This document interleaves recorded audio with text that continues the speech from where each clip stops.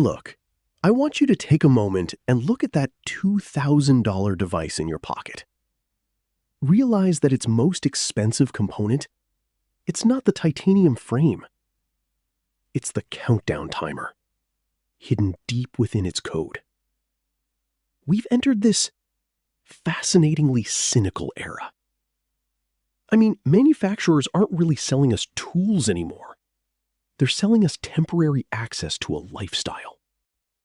When you hold a modern flagship, that cold touch of grade 5 titanium, it suggests permanence. It feels like something that should last a decade, right? It's a brilliant piece of engineering, quite literally designed to survive a drop onto concrete. Yet, it is utterly defenseless against a single line of code sent from a server farm in Cupertino or Seoul. You know, I find it striking how that pro branding has become a psychological shield. By labeling a smartphone as professional grade, the industry has successfully decoupled price from longevity. You're told you're buying an investment, an essential piece of kit for your career, your digital identity. But in reality, that pro badge is just a sleight of hand. It's meant to distract you from the fact that your hardware is on a fixed-term trajectory toward irrelevance. Think of it this way. You aren't actually buying a piece of hardware.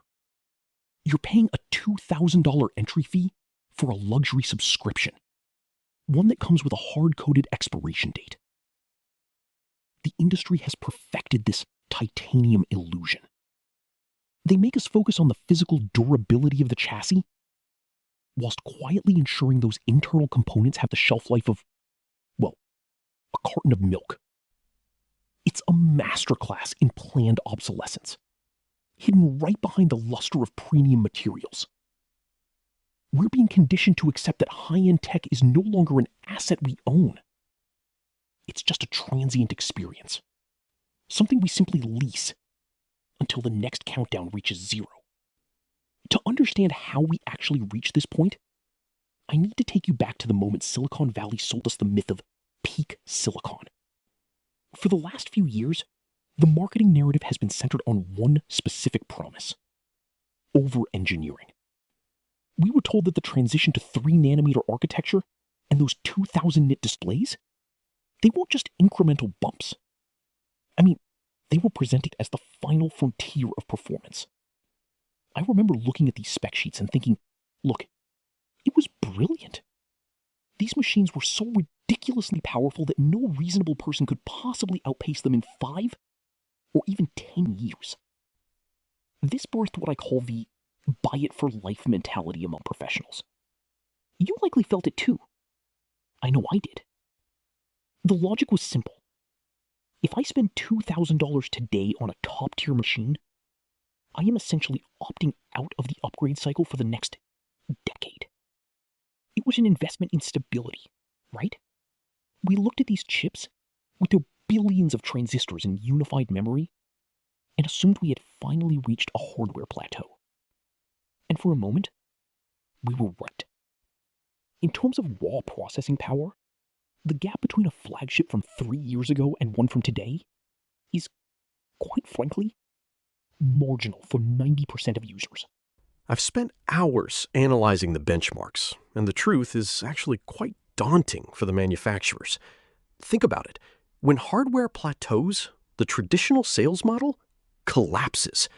If your current laptop is still instant, if your screen is already brighter than the sun, and your battery lasts 2 days, why would you ever give these companies another cent? Silicon Valley realized that they had built products that were too good for their own bottom line.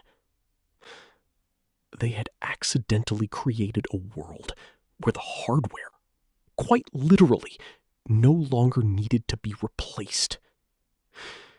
But as I dug deeper into the latest firmware updates and service manuals, I realized the industry wasn't just going to sit back and let your $2,000 investment age gracefully. They needed a way to make peak silicon feel obsolete, even when the silicon itself was still perfect. they had to find a way to break the promise of the 10-year machine without actually breaking the machine. And that is when I discovered the first signs of the software-defined expiration date. But look, that is not even the craziest part. To see how they are really pulling the rug out from under us, we have to look at what they are doing to the one thing you thought you actually owned. Enter the architecture of resource creep. You see, the NAND flash and the SoC inside your machine are, quite frankly, physically brilliant. I mean, they're marvels of engineering that should, by any logical standard, last you a decade. But the ecosystem, well, it has other plans. This is the tactical shift from hardware failure to software throttling. Think of it like this. You've bought a high-performance engine, right?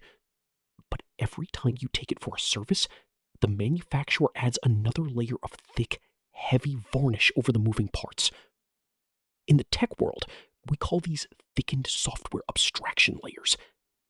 These modern OS updates are increasingly unoptimized for older silicon, making the hardware work twice as hard just to achieve the same result. It's code bloat, disguised as innovation. But use the real masterstroke, the battery software loop. Look, we all know that lithium-ion cells are a ticking time bomb of chemistry. They degrade. That is inevitable. But instead of making them easy to swap, the manufacturers have tied your battery health directly to your processor performance. As that non-replaceable cell loses its edge, the OS aggressively throttles your clock speed. You aren't just losing battery life, you see. You are losing the raw compute power you paid a massive premium for. It is quite literally bricking the pro experience from the inside out, whilst the device looks brand new on your desk. You're paying for a marathon runner, but after 2 years, the software forces them to run in lead boots. You're losing the very speed you bought the device for in the first place. But there was one detail everyone missed about how they justify this slowdown to the public. And that justification, well, it is quite literally the most brilliant piece of marketing theater I have ever seen.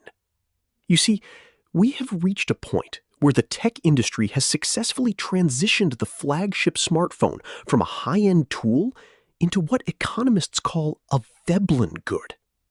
This is a luxury product where the demand actually increases as the price goes up because the price itself is the primary feature. Look, you are not just buying a camera or a faster chip. You are buying the social signaling that comes with that specific shade of titanium. But here is the crazy part. There is a bloody massive problem with this logic. A traditional Veblen good, like a mechanical watch or a designer handbag, is built to last a lifetime.